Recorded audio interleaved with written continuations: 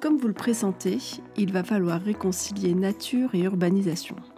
Fini la bétonisation et l'étalement des villes et zones de vie au détriment des espaces naturels. En 10 ans, à l'échelle du Scott Flandre-Hélice, entre 2011 et 2020, notre consommation foncière a été de 527 hectares, soit 726 terrains de foot.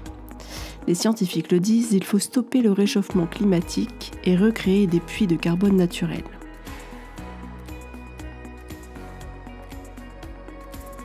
Le ZAN a donc pour objectif d'ici 2050 de rendre à la nature ou de restaurer sous forme de compensation chaque hectare artificialisé. Il convient de trouver le bon compromis entre le développement économique et la protection de l'environnement. Cette idée est issue de la Convention citoyenne pour le climat en 2020, avant d'être inscrite dans la loi Climat et Résilience du 22 août 2021. La loi Climat-Résilience pose 2 principes majeurs. Réduire de 50% l'artificialisation des sols à l'échelle nationale par rapport au niveau de la décennie 2011-2020 pour la décennie 2021-2031. À l'horizon 2050, l'absence de nouvelles artificialisations non compensées. Dans un climat d'incertitude, c'est dans les territoires que beaucoup de choses vont se jouer. Il faudra être résilient, anticiper au maximum les changements climatiques et stopper l'imperméabilisation des sols. Cela pourra être vécu comme une contrainte. Et si nous transformions cette contrainte en projet commun ?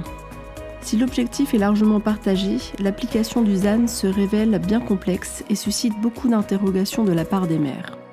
Face à ce constat, une proposition de loi visant à faciliter la mise en œuvre des objectifs du ZAN a vu le jour.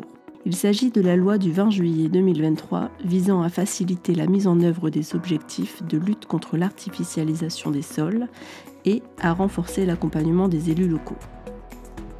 Cette loi prévoit entre autres l'allongement des délais d'élaboration des documents pour mise en conformité, la mise en place d'une conférence régionale de gouvernance dans chaque région se réunissant sur tout sujet lié à la mise en œuvre des objectifs de réduction de l'artificialisation des sols, des précisions sur les projets pouvant être considérés comme projets d'envergure nationale ou européenne et présentant un intérêt national majeur, ou encore la prise en compte de la renaturation dans la première décennie. La fédération des Scott, elle a été décidée par des élus qui souhaitaient qu'on puisse discuter au niveau national de ce qu'était l'outil Scott, ce qu'il apportait aux élus et qu'on puisse intervenir sur la partie législative. Et puis surtout, on fait du parangonnage entre les territoires pour faciliter leur travail et on mène des études de fond pour accélérer les réflexions et faire face aux défis d'aménagement du territoire d'aujourd'hui. Sur la loi climat-résilience, les élus de la fédération, vous souhaitez déjà qu'on ne considère pas qu'on partait d'une page blanche sur les trajectoires de sobriété foncière, puisque les chiffres du CEREMA montrent très clairement qu'on a quasiment aujourd'hui une réduction de la consommation du foncier de 30% et que bien sûr il reste du chemin à parcourir et que les élus doivent encore construire la trajectoire pour arriver au zéro artificialisation nette, mais que cette ambition elle est très forte dans un calendrier très restreint et qu'en fait ce travail il va nécessiter un accompagnement des élus du bloc local aussi bien en termes d'ingénierie que de fiscalité ou de financement et que ça va nécessiter en tous les cas de revoir complètement les modèles d'aménagement et qu'on est à un moment de révolution de l'aménagement du territoire dans plein de domaines.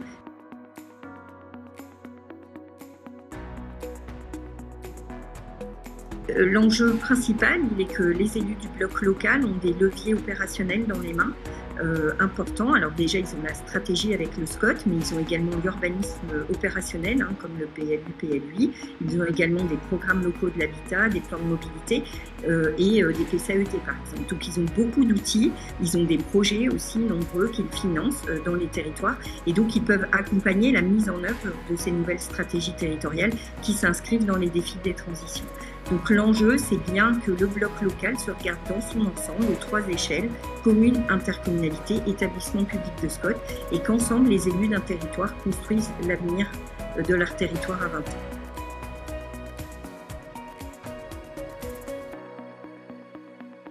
Alors déjà, il faut que les élus soient très vigilants parce que le cadre a beaucoup changé. On est sur la consommation réelle de foncier dans les territoires qui a démarré en 2021, qui s'apprécie par rapport à ce qu'on a fait dans les 10 ans précédant la loi, donc entre 2011 et 2021.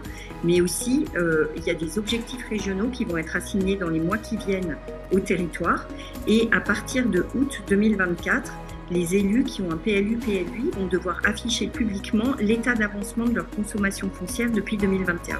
Par ailleurs, le législateur, au mois de juillet l'année dernière, a donné des outils aux élus, notamment le sursis à statuer ZAN ou le droit de préemption, et qui les oblige d'une certaine manière à piloter dès à présent, sur la base des documents d'urbanisme existants, leur trajectoire de foncier. Donc il y a vraiment des enjeux d'avoir une vision stratégique avec un projet en redéfinissant les priorités du territoire, en affectant le foncier en extension à ces projets prioritaires et en se demandant avec le renouvellement urbain comment on va répondre aux autres besoins.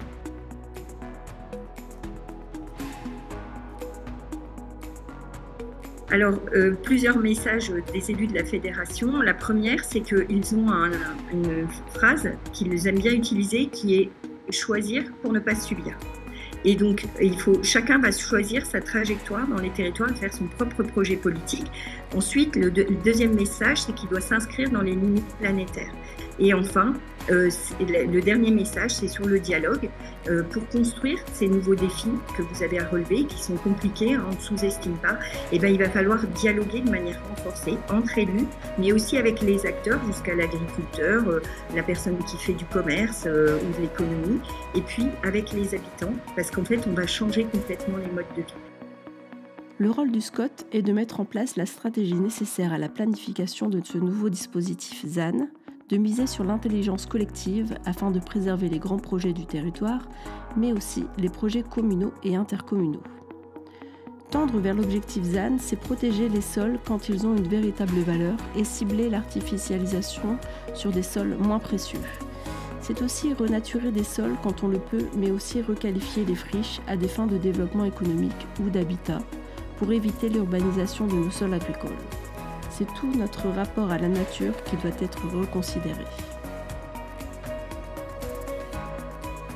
Notre SCOT actuel va nous servir de référence pour l'élaboration de la trajectoire du ZAN. L'objectif est de co-construire avec les élus et les partenaires cette trajectoire à horizon 2050, plus précisément 2040 en ce qui concerne le SCOT, dans le respect des projets de territoire de chacune de nos intercos. C'est très important de s'inscrire dans une logique de développement de territoire. Pour réussir, il nous faudra beaucoup de temps d'animation, de concertation et d'écoute. Tant il est important d'inscrire la modification de notre SCOT dans une dynamique collective d'adaptation au dérèglement climatique pour un territoire vivable et durable pour tous.